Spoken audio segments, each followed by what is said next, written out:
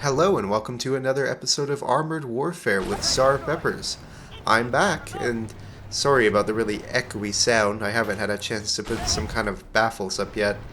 Well, to tell you the truth, I didn't know it would be a problem until I just did a test for my vocal volume 5 minutes ago, so next time I'll make sure to put some sheets on the wall or something. I had actually planned to do this video in the week before my move, but circumstances didn't allow the time, but now I am.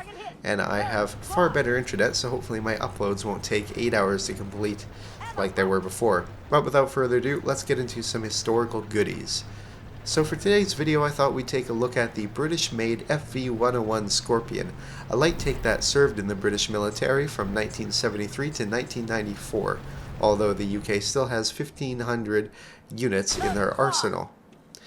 It is also still in service in Chile, Indonesia, and even Iran, who have also produced their own Scorpions known as the Quick Reaction Tank that is based on the FV-101 alongside their existing 80 to 130 Scorpions, which I assume were sold to Iran before the Islamic Revolution while the more Western-friendly Shah was in power.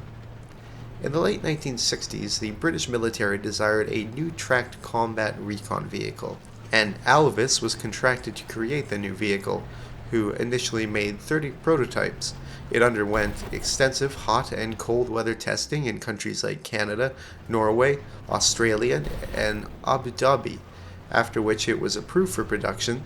The first 313 vehicles were completed in 1972 and entered service with the Household Cavalry in 1973, and later in 1981 with the RAF Regiment.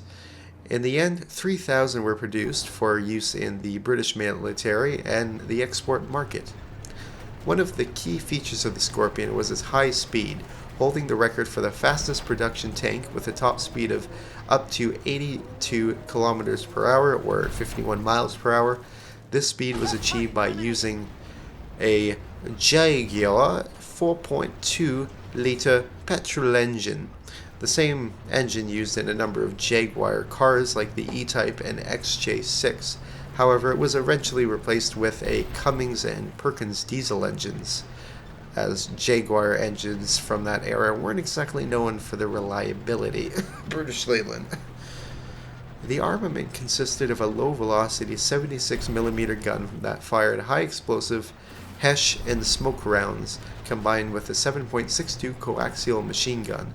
Some models were fitted with a 90mm higher velocity gun in place of the 76, the same gun mounted on the LAV 300 actually, but this model was made solely for the export market. But I hope that eventually they include the 90mm version in Armored Warfare for a little variety, because I quite like the Scorpion and I quite like that 90mm gun. The Scorpion first saw actions in the Falkland War, being one of only 2 types of armored vehicles used in the conflict, the other being the Scimitar. But sadly, information documenting their use in the conflict is hard to come by.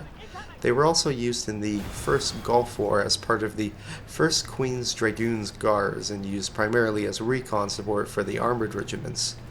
After being withdrawn from service in the British military, many of the hulls were refurbished and refitted with turrets from the Fox Recon vehicle. This combination was known as the Sabre Recon vehicle, another vehicle that I would like to see in Armored Warfare one day. How many times can I say vehicle in one paragraph? Vehicle, vehicle, vehicle. In-game, they're a pretty fun little vehicle. They're a pretty fun little tank to run around in. With light armor, their main attribute is their speed, allowing you to get around the battlefield in short order, providing your team with critical, well, I guess not recon support, because, it's sort of weird that these things don't have recon in Armored Warfare, considering they were primarily a recon vehicle, but they have the, engine boost mode instead. But, oh well. Although its gun may be a bit lacking against main battle tanks unless you get a lucky shot, they can be quite effective against more lightly armored vehicles. And their HESH rounds can be great for doing damage to modules and taking out crew, decreasing the combat effectiveness of a vehicle even though they don't always do a large amount of damage overall. But on that note, I think it's time to wrap it up. This is my first video with my new setup, so hopefully everything sounds and looks alright. There's a lot of new videos upcoming. Flood City Mark II, more of that DCS series that no one really watched. More Elite Dangerous, Beyond Galnet, and whatever I feel like doing at the time. So, until next time, have a good one.